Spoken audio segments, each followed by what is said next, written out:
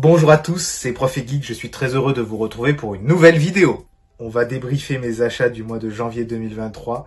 Alors ils sont peu nombreux, mais j'ai quand même réussi à mettre la main sur un collector que je voulais absolument. Je suis trop content que cette œuvre rentre dans ma collection. Je pense même lui consacrer une vidéo dans le futur. Je garde le collector pour un petit peu plus tard dans la vidéo. On va donc commencer par Judge Dredd Anderson Division Psy, paru chez Réflexion. Ça y est, la collection chez Réflexion sur Judge Dredd est finie avec ce tome-là qui est le dernier tome de la série. Donc c'est un hors-série sur le juge Anderson, donc de la division Psy. Donc pour ceux qui sont pas trop au courant, en fait, vous avez dans le monde de Judge Dredd les juges classiques, hein, donc ceux qui sont à la fois policiers, juges et bourreaux. Et vous avez une branche particulière qui est la division Psy, donc ce sont les juges qui ont des pouvoirs psy particuliers, donc ils peuvent lire dans les esprits, ils peuvent influencer les esprits des personnes qui les agressent, ce genre de choses-là. Et Anderson est le juge le plus connu, l'acolyte de Dredd dans de nombreuses aventures. Donc je suis très content de l'avoir, parce que c'est un personnage qu'on voit un petit peu. Donc elle était présente dans la série chez Réflexion, elle était en fil rouge. Là, il y a un tome qui est centré sur elle, donc c'est intéressant de voir un petit peu ce qu'elle est capable de faire. Ce tome-là, je l'attendais depuis un petit moment, il devait sortir en décembre, il avait été repoussé par Réflexion au mois de janvier, donc ça y est, il est entre mes mains, je vais pouvoir le dévorer et vous faire un petit débrief dans pas longtemps. Allez, vous l'attendiez, le collector, le voici, Saint Seiya, les Chevaliers du Zodiaque, Time Odyssey numéro 1, donc le collector sur Ikki du Phénix. Voilà, je sais, je vous parle que des Chevaliers du Zodiaque en ce moment, je sais pas pourquoi cette série me hype à fond comme ça. D'ailleurs, j'ai même envie de relire la première série d'origine que j'ai lue déjà de nombreuses fois, mais je sais pas pourquoi en ce moment je suis à fond dans Saint Seiya et je voulais mettre la main sur le collector puisque je n'avais pas pu l'avoir malheureusement à la sortie, j'avais pas réservé. Donc je me suis dit ouais, je le prends pas, c'est bon, je prendrai le classique, c'est bon, le format est vachement plus grand. Je sais pas si vous imaginez la taille. Bon alors, le tome de chez Réflexion est plus petit que la normale, mais voyez le bébé que c'est, quoi. C'est un truc de fou. Ce tome-là fait donc partie de la série Kana Classics. Je vous en avais parlé avec Goldorak, avec Albator, et maintenant sort les tomes sur les Chevaliers du Zodiaque, fait par Alquier, celui qui avait déjà dessiné sur Albator, pour ceux qui ne le savent pas. Je vais le lire dans pas longtemps. Franchement, je pense que je vais me régaler. Les dessins que j'ai vus sont juste majestueux et superbes. Il y avait même eu un teaser sur la page de Kana et sur le YouTube de Kana. Vous pouvez le retrouver en VF. C'était juste génial. C'est sur mon chevalier de bronze préféré, le Phénix. Donc comment est-ce que j'ai pu l'avoir à un prix normal en fait, puisque on le retrouve à des prix fous sur les sites de revente comme Vinted ou Le Bon Coin. Et ben c'est mon ami Milo Edenhart qui l'avait, c'était le sien, et en fait il est allé à la Japan Sud à Marseille où Alquier dédicacé voilà, des tomes, donc c'était possible de le faire dédicacer, il avait pris d'ailleurs pour ça, et en fait il a eu une offre où il pouvait racheter un collector et avoir des bonus en plus, et il s'est pas fait prier, il l'a pris, du coup il m'avait gardé celui-là, parce que j'avais dit s'il te plaît si tu m'en trouves un, vas-y prends-le moi, et il m'a dit je pense que tu n'allais pas dépenser la somme qu'il a déboursé pour avoir. Je fais ouais effectivement, donc il m'a revendu le sien, je suis super content. Alors par contre je sais pas comment je vais le stocker parce que ça rentre pas dans une bibliothèque classique, peut-être en latéral comme ça, va savoir.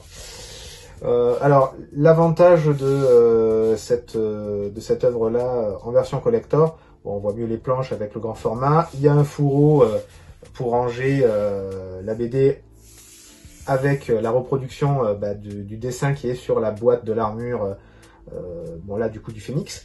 Et ce qu'il y a en plus, c'est qu'il y a des bonus en plus dedans, il y a une histoire supplémentaire. Alors il y a également des planches sur les armures, comment elles se designent à l'origine et comment elles sont sur le personnage. C'était en réponse d'ailleurs à la tradition, puisque dans les Chevaliers du Zodiaque de façon classique, on avait ça d'ailleurs. Il y a même un hors-série en japonais où il y a toutes qui sont reprises.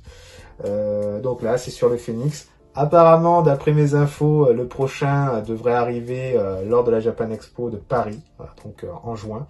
et ça serait en juillet pardon, et ça serait sur Andromède, donc sur Shen. Ce qui prendrait la suite sûrement à l'histoire, puisque les deux sont frères de sang, de la même mère d'ailleurs. Bon, je vous fais un débrief dans pas longtemps dessus. J'ai hâte de vous parler de ce bébé. Si vous suivez un petit peu l'actualité de la chaîne, vous savez que j'ai débriefé un crossover il y a pas très longtemps avec l'ami JR Comics, je vous mets le lien ici, qui était sur les Tortues Ninja et les Ghostbusters.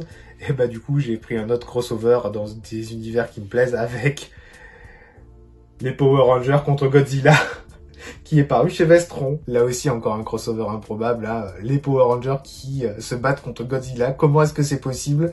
Alors, c'est, je pense, un scénario digne d'un nanar où il doit y avoir des univers parallèles et gros kaiju arrive, envoyer les ordres et boum boum bam pam, explosion et à la fin, tout le monde est heureux et tout le monde va bien. Je pense que c'est ça et ça va être un gros délire. Alors lui aussi, je l'attendais un petit peu.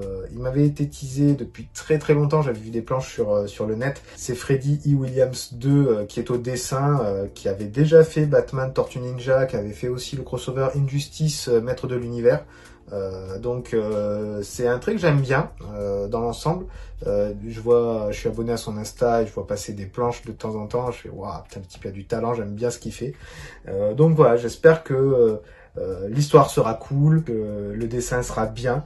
Et voilà, ça va être encore bon délire. Je suis très content de l'avoir.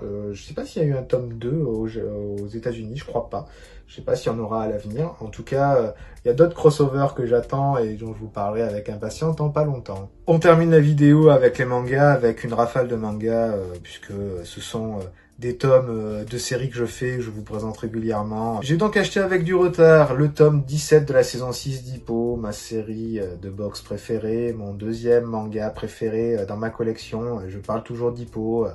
C'est du très bon, d'ailleurs, pour ceux qui ne connaissent pas et qui voudraient voir un petit peu, mais qui veulent pas se lancer dans le manga, parce que c'est trop long, je comprends. Vous avez les dessins animés qui est arrivé sur Netflix. Donc, si vous voulez vous faire plaisir, moi je l'ai mis de côté, je pense que dans pas longtemps je vais me lancer dedans, ça va être un régal. Lancez-vous sur Hippo, en tout cas. J'ai acheté le tome 8 de The Raiden King également. Vous savez que j'aime bien cet univers loufoque où il y a une version de Poutine qui est dans un monde RPG fantasy à la Lord of the Ring ou un JRPG japonais style Final Fantasy, donc c'est très fun. Voilà, je l'avais pas pris de suite parce que j'avais fait beaucoup de dépenses au mois de décembre, donc là j'ai rattrapé un tout petit peu. Et on finit avec Aohashi de chez Mangetsu, le tome 14. C'est du foot, c'est du très bon. Si vous aimez le foot et que vous voulez lire du manga, allez sur Aohashi, c'est vraiment sympa. Le dessin est très très bien et l'histoire, franchement, moi je me régale. Donc c'est un bon coup de cœur, je le mets en avant. La vidéo touche à sa fin, j'espère qu'elle vous aura plu. Si c'est le cas, n'hésitez pas à vous abonner à la chaîne et à activer la cloche des notifications pour être prévenu de la sortie des nouvelles vidéos. N'hésitez pas à mettre des pouces, des commentaires, j'adore lorsqu'on échange sur nos univers préférés. N'hésitez pas à me dire ce que vous avez acheté au cours de ce mois de janvier 2023. C'était Prof et Geek, je suis très content d'avoir fait un petit bout de chemin avec vous dans ce multivers de la pop culture. On se retrouve très bientôt pour une prochaine vidéo. Ciao ciao!